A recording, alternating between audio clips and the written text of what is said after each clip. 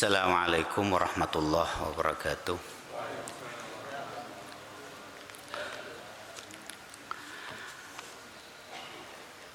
Innal hamdalillah nahmaduhu wa nasta'inuhu wa nastaghfiruh wa na'udzu billahi min sururi anfusina wa min sayyiati a'malina.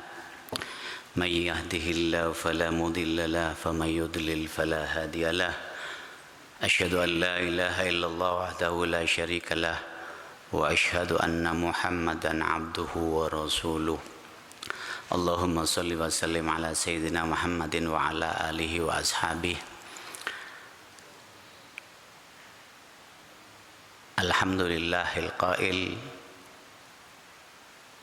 Qul inna salati wa nusuki wa mahyaya wa mamati lillahi rabbil alamin la syarika lahu wa bidzalika umirtu wa ana awwalul muslimin.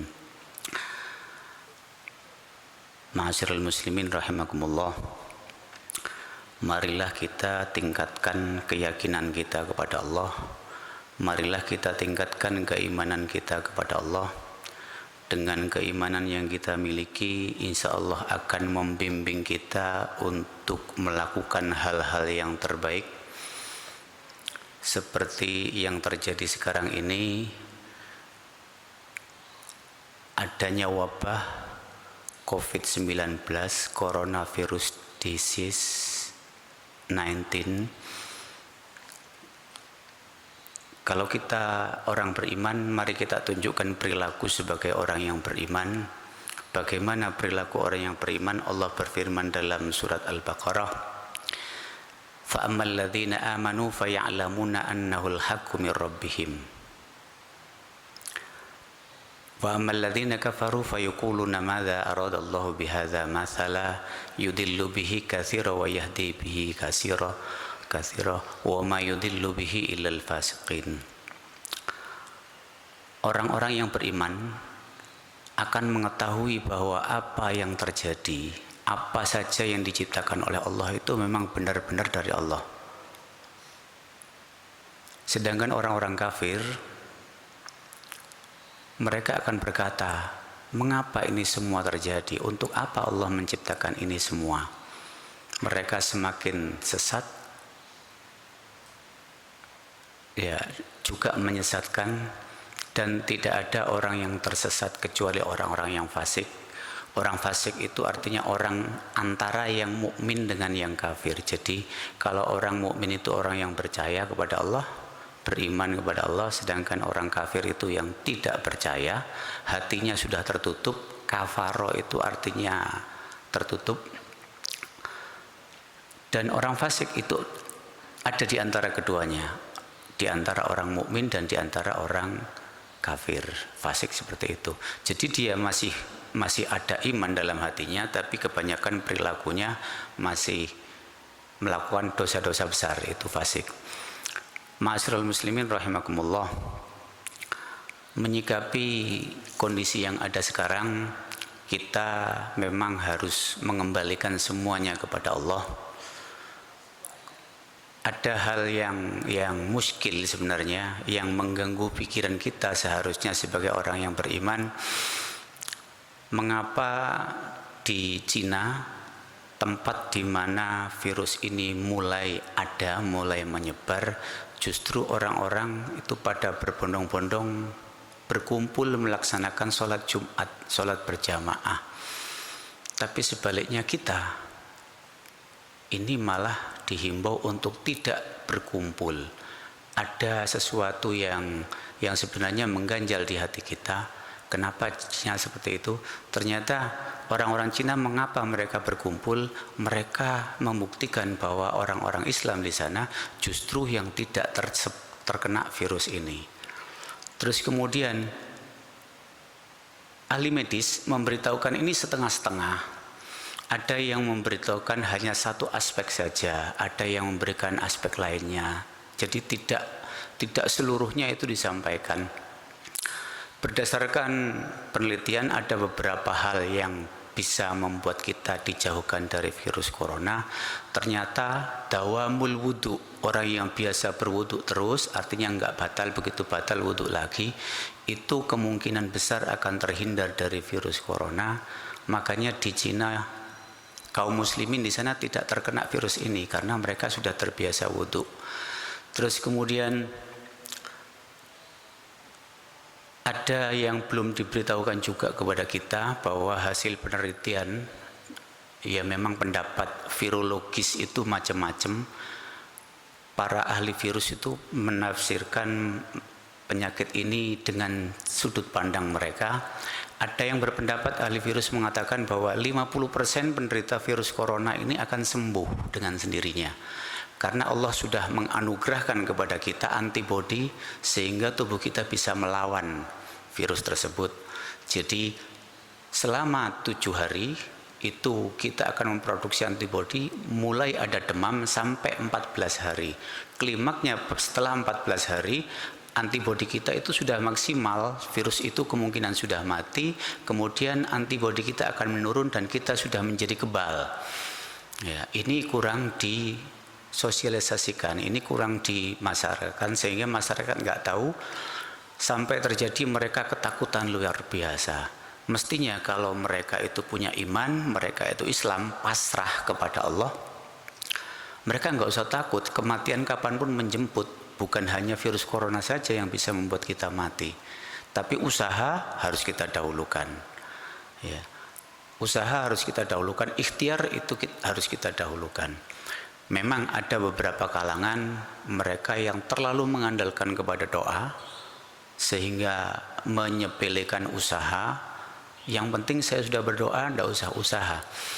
Ada yang sangat optimis dengan usahanya tanpa melakukan doa, tanpa berdoa. Kalau seseorang melakukan usaha tanpa berdoa berarti dia sudah sombong. Tanpa minta kepada Allah dia yakin sudah bisa, berarti dia sombong. Tapi kalau ada orang yang berdoa tanpa berusaha berarti dia malas melakukan ikhtiar. Padahal ikhtiar itu harus kita lakukan terlebih dahulu baru kita tawakal. Ma'asyiral muslimin rahimakumullah, beberapa waktu yang lalu saya menyampaikan ayat 163 surat Al-An'am. Ini menyisakan sebuah tanda tanya. Ya, mereview kembali apa yang sudah saya sampaikan beberapa waktu yang lalu. Rasulullah diperintahkan oleh Allah, qul. Kalau di dalam Al-Quran ada kata qul, berarti itu yang diperintahkan satu orang. Kalau diperintahkan lebih dari 2 orang banyak, maka perintahnya qalu. Qul itu artinya mufrad, perintah kepada satu orang. Kita pasti tahu siapa yang diperintahkan, karena Al-Quran ini turunnya kepada Rasulullah, maka yang diperintahkan ini justru pasti Rasulullah. Dan yang memerintahkan ini pasti Allah Subhanahu wa ta'ala melalui malaikat Jibril. Jadi dalam ayat ini Allah memerintahkan kepada Rasulullah untuk berkata, inna sholati, sesungguhnya sholatku, wa nusuki dan ibadahku, wa mahyaya dan hidupku, wa mamati dan matiku, lillahi rabbil alamin. Ada 4 perkara ini yang harus disampaikan oleh Rasulullah, yang harus dikatakan. Ya, lillahi rabbil alamin, semua itu milik Allah yang mengatur segenap alam, semesta alam. La syarika lahu, dan tidak ada sekutu baginya. Wa bidzalika umirtu, dan dengan yang semuanya itu aku diperintahkan. Wa ana awwalul muslimin, dan aku adalah orang pertama yang muslim. Jadi sebelum Rasulullah itu bukan muslim namanya. Ya, semuanya mereka mengatakan hamba Allah. Nabi Ibrahim itu hamba Allah, tapi belum dikatakan Islam. Rasulullah ini orang yang pertama kali menyandang gelar sebagai muslim. Mengapa bacaannya kok berbeda dengan yang kita baca pada saat doa iftitah setelah kita takbiratul ihram? Karena konteksnya harus dirubah. Awalnya memang ayat ini turun kepada Rasulullah yang diperintahkan mengucapkan adalah Rasulullah, maka kalimat akhirnya wa ana awwalul muslimin, dan aku adalah orang muslim yang pertama. Kalau kita membaca doa iftitah pada saat sholat, itu bukan awalul muslimin lagi, karena kita bukan yang awal itu Rasulullah. Kita pengikut Rasulullah sudah yang kesekian kalinya, mungkin yang kesekian juta kalinya kita penganut Islam, sehingga akhir dari apa yang kita baca, wa bidzalika umirtu wa ana minal muslimin, dan aku sebagian dari orang-orang Islam. Karena kita dalam sholat itu mengucapkan apa yang diucapkan Rasulullah, maka kata kul di depannya ini dibuang, karena kita nggak diperintahkan lagi. Yang diperintahkan itu Rasulullah, sedangkan kita disuruh untuk mengikuti Rasulullah. Jadi dalam doa iftitah itu kita baca inna sholati wa nusuki wa mahyaya wa mamati lillahi rabbil alamin la syarika lahu wa bidzalika umirtu wa ana minal muslimin. Ada satu kata yang dihapus diganti dengan kata min, awal diganti min. Min itu dalam bahasa Arab artinya huruf jar. Huruf jar itu min berarti dari, sebagian dari, ada yang mengartikan sebagian dari, memang lebih layak diartikan sebagian dari kalau setelah kata min ini ada kata jamak. Jamak itu kata yang lebih dari satu, lebih dari dua. Dalam bahasa Arab satu itu mufrad, kalau dua itu mutsanna, kalau lebih dari dua itu jamak. Dalam bahasa Inggris, bahasa Indonesia, satu itu tunggal, tapi kalau lebih dari satu itu sudah disebut jamak. Kalau dalam bahasa Arab dua masih belum jamak. Ya. Kalau ada kata min kemudian bertemu dengan kata jamak, kata benda jamak, maka min mengandung arti sebagian dari. Min itu bisa berarti dari, bisa berarti sebagian dari. Ma'asyiral muslimin rahimakumullah. Jadi kalau kita memang punya iman kepada Allah, kita memang, iman itu adalah keyakinan bahwa Allah itu ada. Tapi kadang-kadang orang yang beriman masih melakukan dosa besar, berarti dia itu masih tergolong orang yang fasik, antara iman dengan kafir.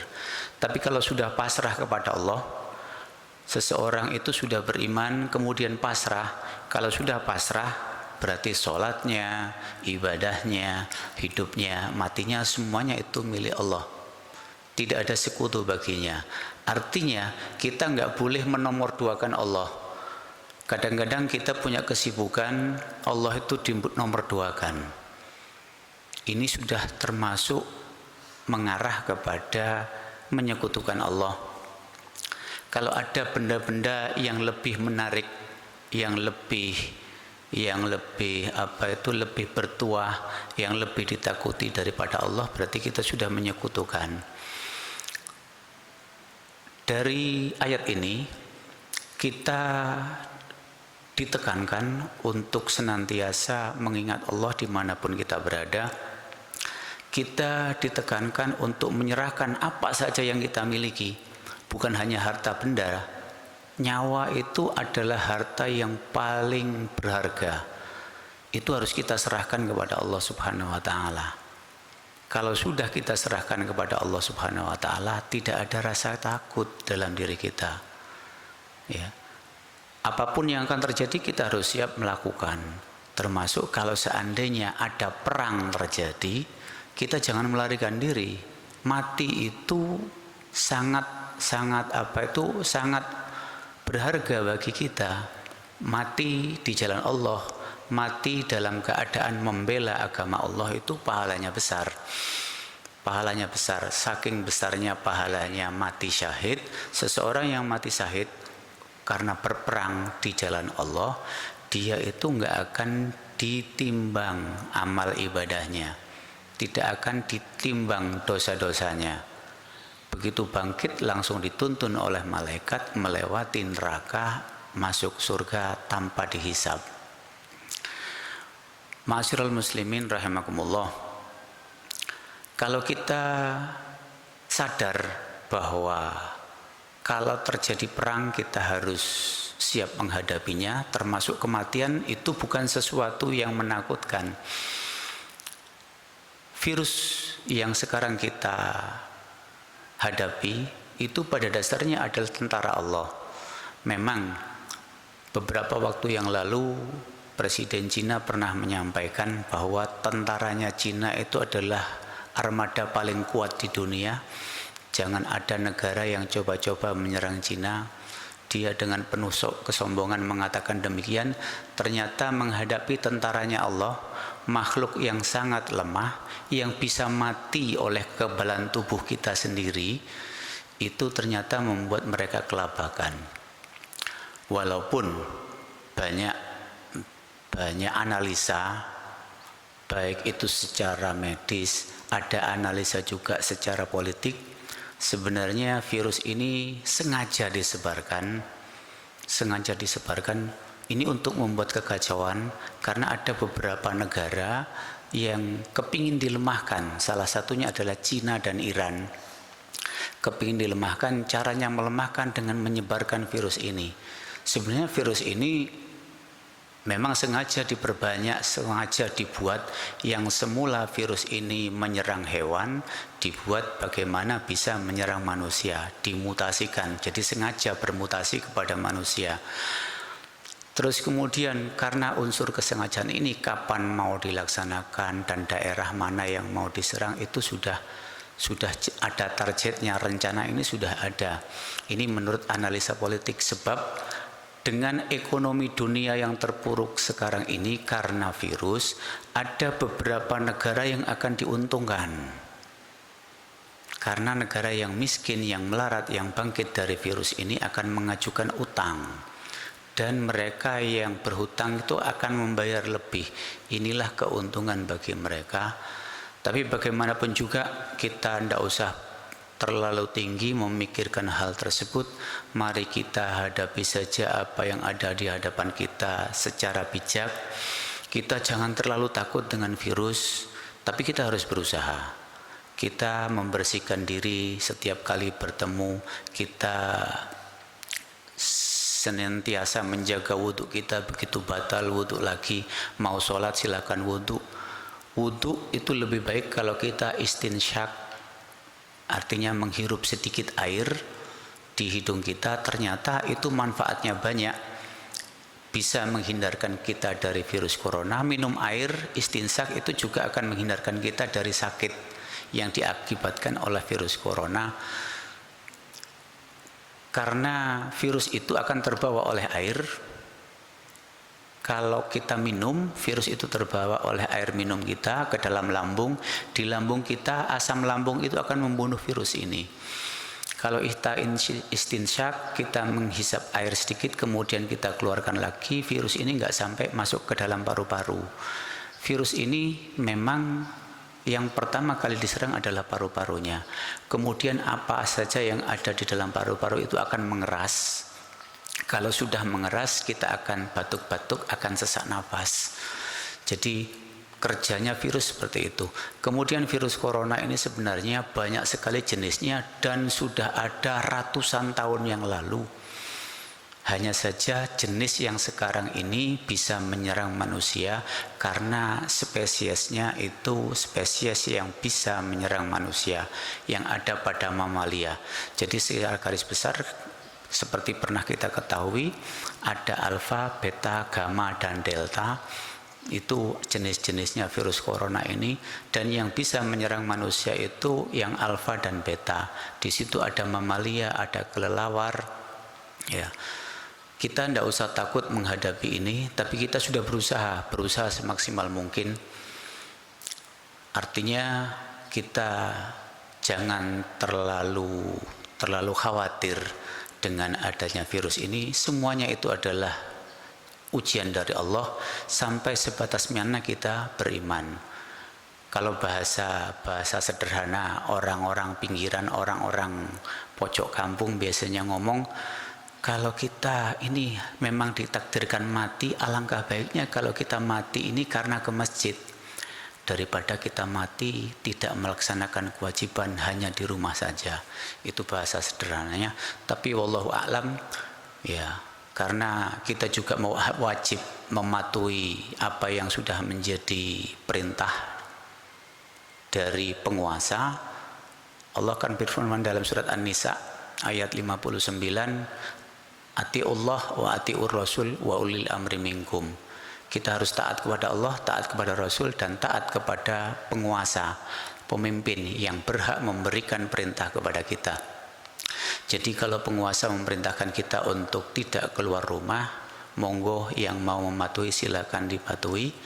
Tapi kalau kita yakin bahwa perintah Allah sholat berjamaah, sholat Jumat berkumpul itu merupakan sebuah kewajiban, monggo lebih berat yang mana, perintah dari penguasa atau perintah dari Allah.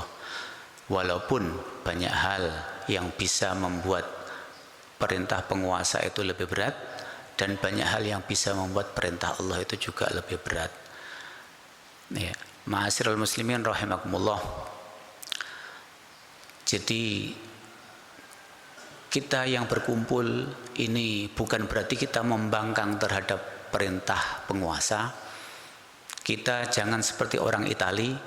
Itali itu katanya mereka begitu ada virus corona santai-santai saja sehingga mereka mengalami penyebaran virus yang luar biasa. Kita sebagai orang Indonesia mestinya harus berbeda dengan mereka karena mereka nggak pernah berwudu. Sedangkan kita senantiasa berwudu. Insya Allah itu akan menjauhkan kita dari virus corona. Ya. Nggak usah takut seperti orang Itali. Mereka itu memang bandel. Begitu diberitahu oleh pemerintah jangan keluar, mereka tetap melakukan aktivitas seperti biasa. Tapi kita, karena ini perintah dari Allah, Allah tidak akan memberikan perintah yang akan merugikan kita. Ya, tapi bagaimanapun juga penguasa juga begitu. Penguasa itu memberikan aturan, memberikan himbauan itu juga supaya kita lebih sehat, supaya kita lebih berhati-hati tidak menyebarkan virus tersebut. Dan penguasa mengeluarkan perintah ini juga ada dasar hukumnya, para ulama ada di kanan kirinya, mereka juga diajak rembuk sehingga kita tidak perlu bertengkar. Wong sudah tidak boleh sholat di Jumatan kok masih Jumatan, nggak usah bertengkar itu karena kita masing-masing punya prinsip. Dan insya Allah mereka yang berkumpul dan membiasakan diri untuk berwudu itu akan sehat selalu karena wudu itu suatu hal yang luar biasa. Terus kemudian sebagaimana pernah diteliti oleh seorang peneliti dari Jepang bahwa air itu kalau dibacakan kalimah-kalimah thayyibah maka molekul air itu akan bentuknya sangat indah, akan indah sekali bentuknya kalau dibacakan kalimah-kalimah thayyibah, walaupun bahasanya itu bermacam-macam bahasa, tidak hanya Arab. Kalau diucapkan hal-hal yang baik maka molekul air itu akan indah, dan keindahan molekul air ini bisa menangkis segala bentuk penyakit. Kalau dibacakan kata-kata yang buruk, kata-kata yang jorok, kata-kata yang kasar, maka molekul air ini akan rusak, bentuknya akan semrawut. Kalau sudah demikian, ini akan mudah terkena penyakit. Ya, ini peneliti Jepang, bukan orang Islam. Nah, makanya banyak orang yang mengobati dengan membaca kalimah-kalimah thayyibah, airnya diminumkan. Itu logis, sangat logis. Ya, karena molekul air itu berubah warnanya, berubah bentuknya, cukup indah kalau dibacakan kalimah-kalimah thayyibah. Kemudian perlu kita sadari bahwa 70% tubuh kita itu terdiri dari air. Makanya kita akan merasa risih kalau ada kata-kata kasar, kalau ada kata-kata kotor, kita akan merasa risih. Karena 70% tubuh kita terdiri dari air. Otak kita juga banyak kandungan airnya. Sehingga Banyak manfaatnya kalimat thayyibah yang kita baca untuk tubuh kita sendiri, juga untuk sekitar kita. Semua bahan-bahan yang mengandung air itu akan mengalami perubahan yang positif. Ma'asyiral muslimin rahimakumullah, semoga Allah senantiasa menjaga kita dari segala macam fitnah. Semoga Allah segera menghentikan fitnah ini dari kita. Fitnah itu kan ujian. Semoga Allah segera mengakhiri ujian ini dengan akhir yang terbaik bagi kita. Semoga Allah senantiasa menjaga tali silaturahim kita, menjaga agama Islam kita di Indonesia tidak terpecah belah. Semoga kita terhindar dari berbagai fitnah yang bisa memecah belah persatuan. Semoga Allah senantiasa menganugerahkan kesehatan kepada kita. Semoga Allah memanjangkan umur kita dan melapangkan rezeki kita. Kurang lebihnya saya mohon maaf. Wallahul muwaffiq ila aqwamit thoriq. Wassalamualaikum warahmatullahi wabarakatuh.